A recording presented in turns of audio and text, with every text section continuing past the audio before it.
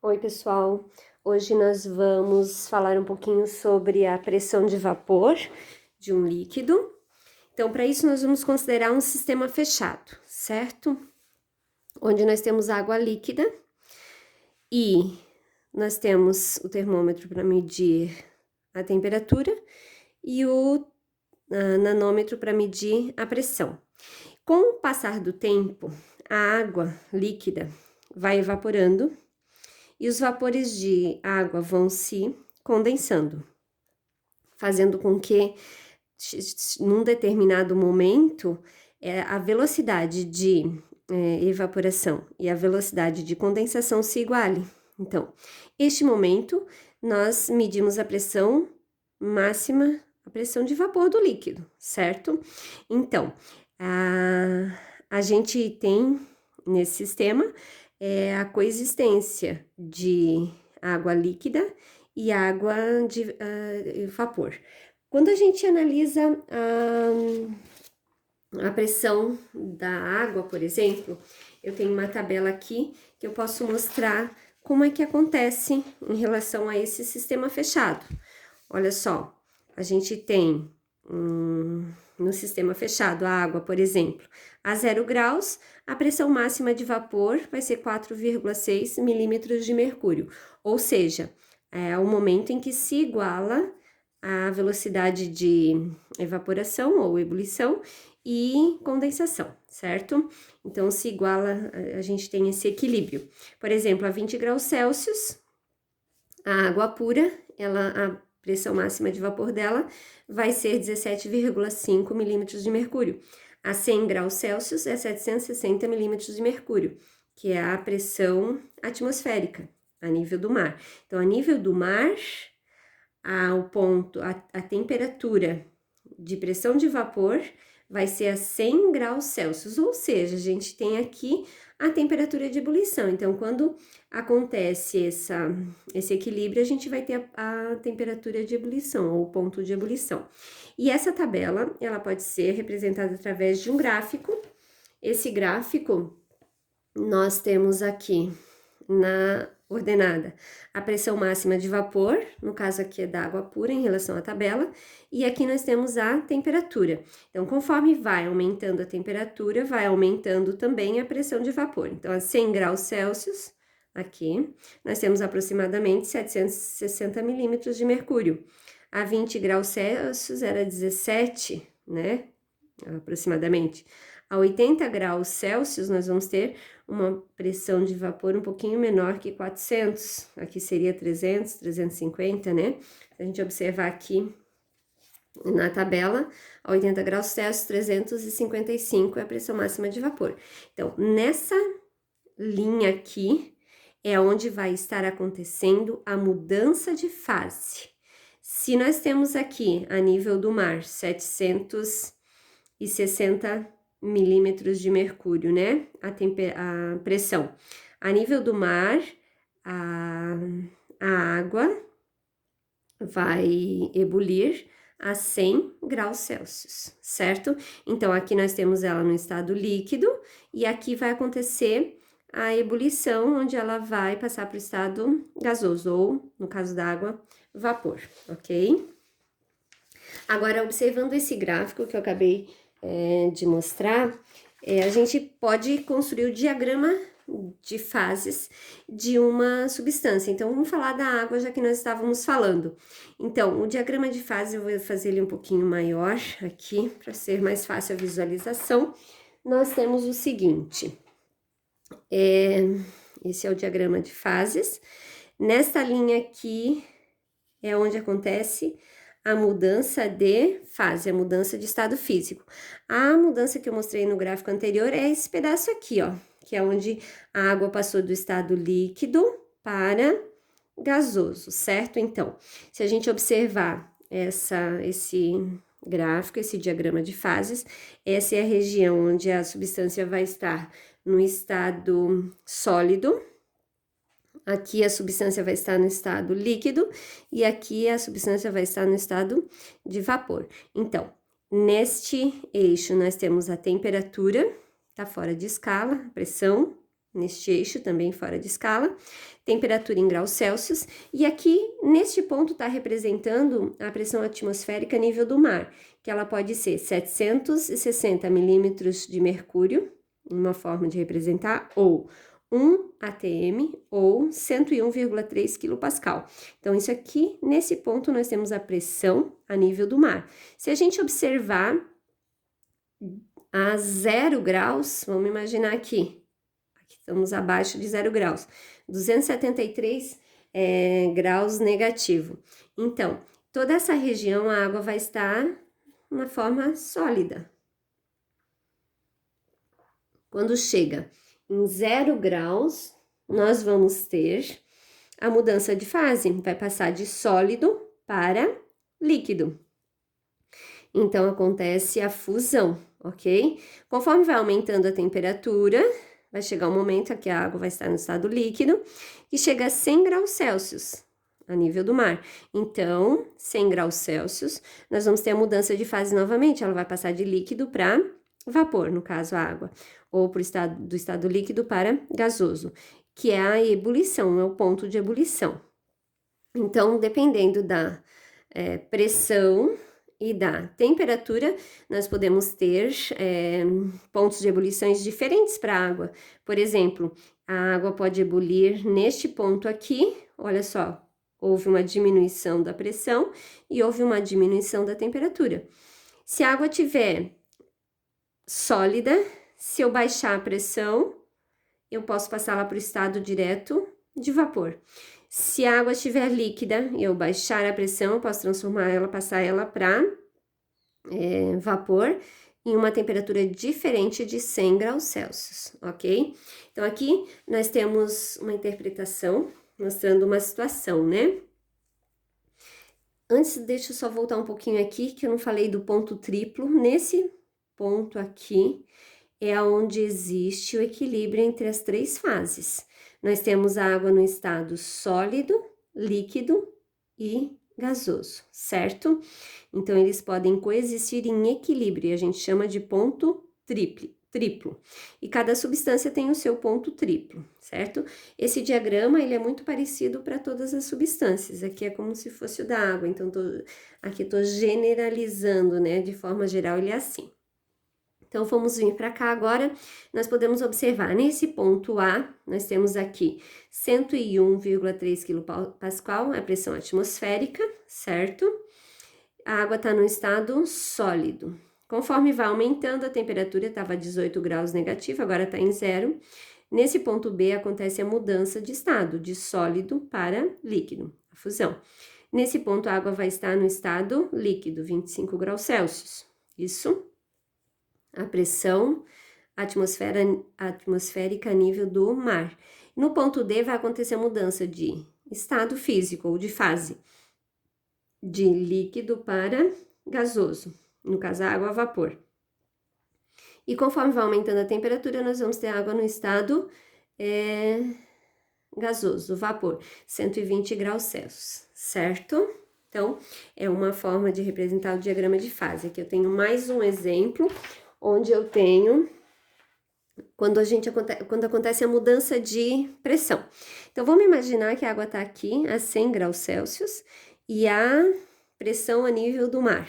Então, aqui está acontecendo a ebulição. Se eu aumentar a pressão, ó, de 103, foi para 198,5. O ponto de ebulição agora não será mais 100 graus.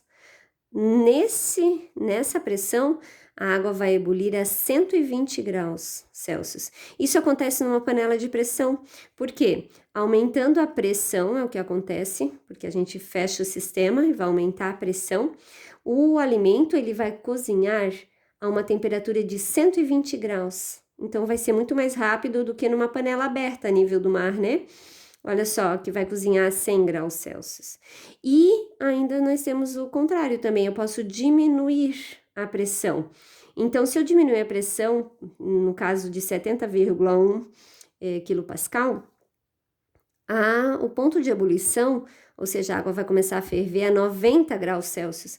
Então, em uma panela aberta, lá no Monte Everest, que é um lugar, um ponto mais alto, o ar é mais rarefeito, tem menor pressão, certo? Então, diminui a pressão.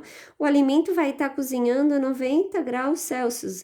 Vai demorar muito mais tempo do que na panela de pressão ou a nível do mar, certo? Porque quando começa a acontecer a ebulição, até secar toda essa água, a temperatura não vai aumentar. Se secou toda a água e a temperatura começar a aumentar aqui nessa pressão, quer dizer que o alimento vai queimar, né? Então, em cada pressão aqui, nós temos um ponto de ebulição diferente, ok? Aqui tem uma outra situação que também é interessante a gente estar falando. Vamos imaginar que aqui no ponto 5, nós temos uma pressão de 12,3 quilopascal. E eu tenho a água ou a substância no estado líquido a 20 graus Celsius. Conforme vai aumentando a temperatura, ó, 40 graus Celsius, chegou em 50 graus Celsius, essa substância já consegue ebulir, já vai passar de líquido para gasoso, certo? E vamos imaginar agora mudando a pressão. Eu tinha essa pressão e agora eu diminuí. A água estava no estado líquido e está a 20 graus Celsius, certo? Agora eu diminuí a pressão. Então, a água vai passar para o estado gasoso a 20 graus Celsius, certo? Olha só, eu tenho essa pressão aqui a 40 graus Celsius. Se eu diminuir a pressão a 7,4, ela já vai ebulir, vai passar para o estado gasoso. E essa situação acontece com a produção do café solúvel. Como é que acontece isso? Nós temos o café comum, ele vai ser dissolvido em água, ele lá bem triturado, né? Dissolvido em água e a solução é congelada. Então, vamos imaginar, vamos que esteja nessa temperatura aqui e nós vamos congelar. Então, vamos passar ela para essa. Então, tava a 20 graus Celsius, a solução de água, num sistema fechado, certo? E eu diminuí a temperatura e congelei essa solução. Então, ela está congelada. E de repente eu vou fazer um abaixamento drástico da pressão. Então, ela estava aqui nessa temperatura e nesta pressão, e eu vou diminuir. Ela vai vir para cá nesta mesma temperatura, não mudei a temperatura, mas mudou a pressão, baixei drasticamente. Aqui o líquido ele vai sublimar, ó, vai mudar de estado, de sólido direto para gasoso. E nesse momento é sugado todo esse vapor de água que foi, que sublimou, e vai sobrar no recipiente o café, que agora ele vai ser solúvel em água, certo? Então, é um exemplo, a gente pode mostrar o diagrama de fase. Eu quero falar ainda mais um pouquinho sobre a pressão de vapor e a temperatura de ebulição. Então, quando um líquido é aquecido em um recipiente aberto, no seu interior formam-se bolhas, certo? Que é o vapor, são constituídas de vapor do líquido. E para que essas bolhas elas escapem do líquido, é necessário que sua pressão seja no mínimo igual à pressão atmosférica. Então, aqui essas bolinhas, quando elas estão na mesma pressão que o ambiente ao redor, no caso a pressão atmosférica, elas conseguem escapar por ar, elas vão evaporar ou ebulir. Então, um líquido ferve, entra em ebulição, a temperatura na qual a pressão máxima de vapor se iguala à pressão exercida sobre a superfície, ou seja, sobre a pressão atmosférica. Então, vamos falar um pouquinho da volatilidade dos líquidos, né? E um líquido com maior pressão de vapor em uma determinada temperatura é o que apresenta nessa temperatura a maior tendência a evaporar. Aqui a gente tem um exemplo. No caso, a água e o éter, certo? Então, a gente colocou a água num sistema fechado, vamos medir a pressão dela. Então, vai acontecendo a evaporação, a condensação. Quando entra em equilíbrio, eu vou ter uma pressão, certo? A temperatura é 20 graus Celsius, não modificou. Essa vai ser a pressão de vapor da água, então ela vai evaporar nessa temperatura, a pressão dela vai ser essa, vai se igualar a isso aí, ok? Então, nesta pressão, ela vai estar evaporando a 20 graus Celsius. Já o éter, olha o que acontece. Um sistema fechado, tá o éter ali, começa a evaporar, condensar. Quando entra em equilíbrio, olha a pressão, tá muito maior. Então, a velocidade de evaporação do líquido, quando ela se torna igual à velocidade de condensação, a gente vai ter a pressão de vapor. E quando essa pressão de vapor está em equilíbrio, a gente tem a pressão máxima de vapor, que é a 20 graus Celsius, essa é a pressão máxima de vapor, certo? Então, ainda tem, a partir dessa explicação, um gráfico que eu gostaria de mostrar para vocês. Olha só o que acontece. Só retomando isso aí, ó, o líquido com maior pressão de vapor, numa dada temperatura, 20 graus Celsius, é o que apresenta maior tendência a evaporar. Então, ele é mais volátil, certo? Então, por isso que o éter é mais volátil que a água. A acetona também é muito volátil, né? A temperatura ambiente, ela vai evaporar muito rápido, né? São exemplos. Então, aqui, deixa eu pegar uma folha em branco para estar mostrando, vamos tirar essas duas aqui, mostrando esse gráfico aqui, o que está acontecendo. Aqui nós temos a pressão de vapor e aqui nós temos a temperatura.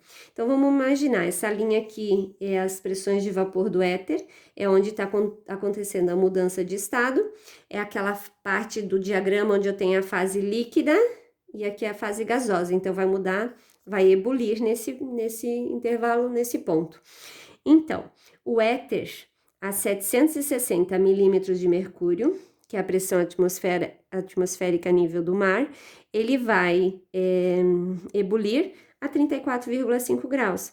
Já o álcool etílico vai ebulir a 78,5 graus e a água vai ebulir a 100 graus. Então, o éter, ele é mais volátil, certo?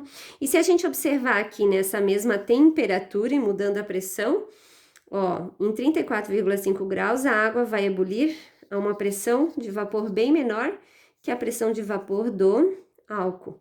Então, a gente pode chegar à conclusão que a pressão de vapor é maior, quando a pressão de vapor é maior, o líquido é mais volátil e tem menor ponto de ebulição, certo? E aqui a gente ainda tem um gráfico também que pode estar mostrando, que é esse gráfico aqui. Opa, vou botar isso aqui pra lá. Que são de outras substâncias, né? Ao comparar líquidos, dizemos que aquele que possui maior tendência a evaporar é o mais volátil. Então, o que é a volatilidade? É a tendência de sofrer evaporação. Então, comparando esses 4 líquidos que nós temos aqui nesse gráfico, que é a água, o etanol, o metanol e o sulfato de carbono, a gente pode perceber que o que tem maior volatilidade é o sulfato de carbono, certo? A água tem menor volatilidade que o etanol, que tem menor volatilidade que o metanol e tem menor volatilidade que o sulfato de carbono. Então, o mais volátil é o sulfato de carbono. Aqui a gente pode... Aqui diz ainda, quando um líquido é aquecido, quando a gente aquece um líquido, né, a energia cinética média das suas moléculas aumenta, ela começa a se movimentar mais, o que facilita a passagem para o estado de vapor. E como consequência disso, há um aumento no número de moléculas no estado de vapor. Isso ocorre um aumento da pressão máxima de vapor. Então, por isso, quanto mais volátil ele é, maior vai ser a pressão de vapor, certo? Aqui é interessante... A gente tá falando também de uma situação do cotidiano, né? É comum colocar gelo em mictórios de banheiros masculinos, localizados em restaurantes, por exemplo, porque o gelo ele vai diminuir a temperatura da urina e dessa forma reduz a volatilidade da substância que exala o cheiro desagradável. Então diminui o cheiro desagradável, né? E outra situação acontece quando a gente utiliza a naftalina, ela é muito volátil, né? e ela é muito usada em banheiros também, em guarda-roupa, para dissimular os odores desagradáveis, né? Só que essa aplicação, no entanto, ela não é muito aconselhável, pois a inalação desses vapores da naftalina está associada a certos tipos de câncer. Então, ela é colocada para evaporar e porque ela é muito volátil, né? Mas não é uma coisa assim que deve ser utilizado com muita frequência. Bom, para a aula de hoje era isso. Até breve.